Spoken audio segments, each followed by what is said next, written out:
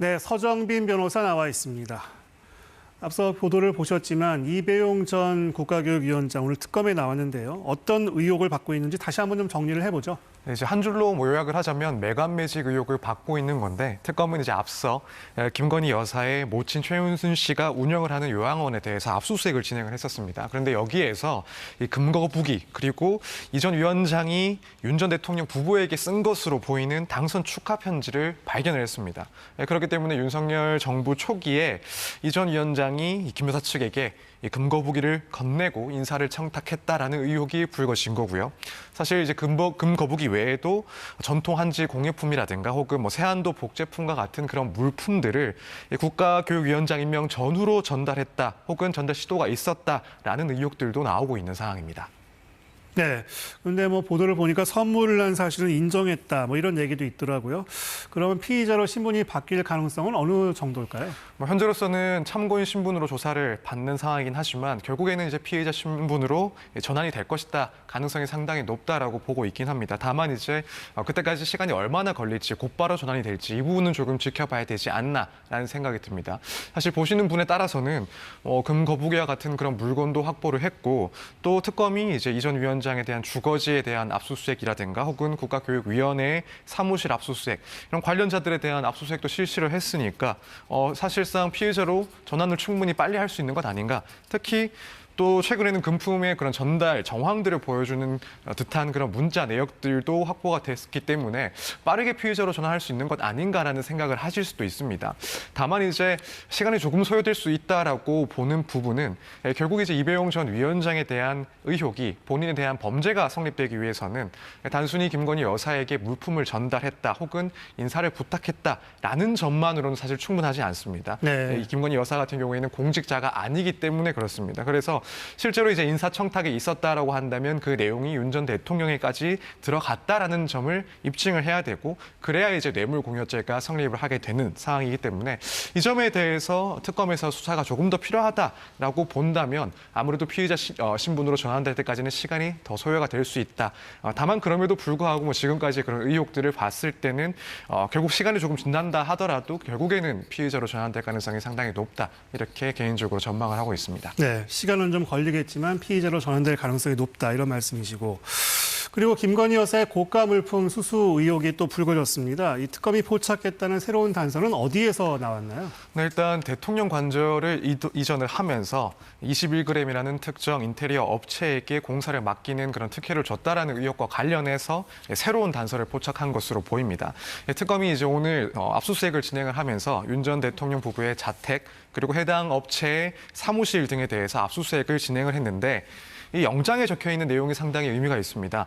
이제 그 내용을 보자면 이 김건희 여사가 이 21g이라는 업체로부터 명품 가방 그리고 명품 의류를 수수한 정황을 명시했다라고 알려주고 있습니다. 그러니까 이런 내용들은 결국 특혜가 있었다라고 한다면 그 대가 관계가 있었다. 그 대가로서 명품을 받았다라는 내용을 적시를 한 것이기 때문에 또 이것이 영장에 적시가 되어 있다라는 것은 단순히 의혹에 지나지 않는다라고 볼 수가 없다 할 겁니다. 그래서 네. 특검이 이런 유의미한 금품 수사와 관련된 유의미한 정황까지도 포착을 했다라고 볼 수가 있을 것 같습니다.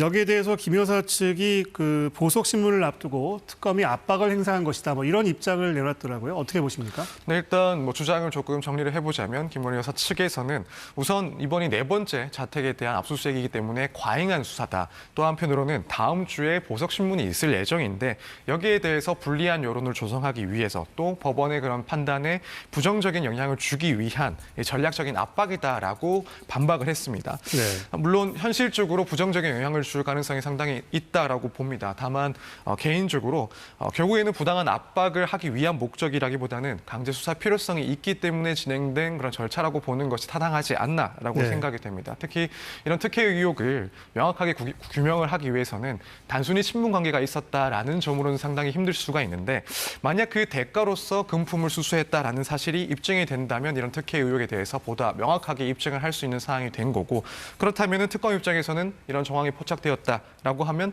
당연히 이제 압수수색을 진행할 수밖에 없는 상황이 아닌가. 그래서 이것을 부당한 수사다라고 하기에는 조금 부족한 감이 없지 않다 이렇게 생각을 하고 있습니다.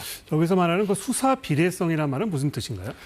지금까지의 수사 과정에서 압수수색이 상당히 많이 이루어졌음에도 불구하고 보다 또다시 한번 이런 반복된 수사를 한다는 것은 결국에는 이 혐의 내용에 대해서 불필요한 수사를 하고 있는 상황이다라고 이제 주장을 하고 있다 보시면 됩니다. 네.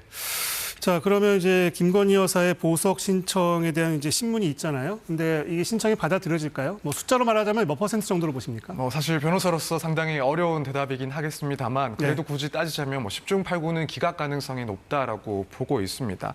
이제 결국에는 구속 이후에 과연 변동된 사정이 있는가 이걸 따져봐야 되는데 그리고 석방을 해야 될 만한 그런 새로운 사유가 있는지를 따져봐야 되는데 사실 지금 통일교 측에서 건진법사를 통해서 금품을 받았다라는 점은 사실관계를 인정을 하고 있긴 합니다. 그렇지만은 여전히 혐의 전부에 대해서 부인을 하고 있는 상황이기 때문에 사실 이런 점들을 봤을 때는 구속 필요성을 다르게 평가할 만한 그런 사정은 바뀌지 않았다. 증거인멸의 우려는 여전히 존재한다라고 법원에서 판단할 가능성이 높다라고 봅니다. 물론 건강상의 이유를 또 들고 있긴 합니다. 다만 이제 기억력과 관련된 그런 문제를 겪고 있다. 이 정도의 내용만으로는 사실 이제 구속을 달리 불구속으로 전환할 만한 그러한 주장으로 보이지는 않기 때문에 대부분의 경우와 마찬가지로 사실 10중 8구는 구속이 유지가 될 것이다 이렇게 전망을 하고 있습니다. 네. 그리고 도이치모터스 주가 조작 의혹 수사와 관련해서 최근 새로운 인물이 수사 선상에 올랐죠. 어떤 인물이고 어떤 이유에서인가요? 네, 50대 남성 이모 씨가 새롭게 수사 선상에 올랐습니다.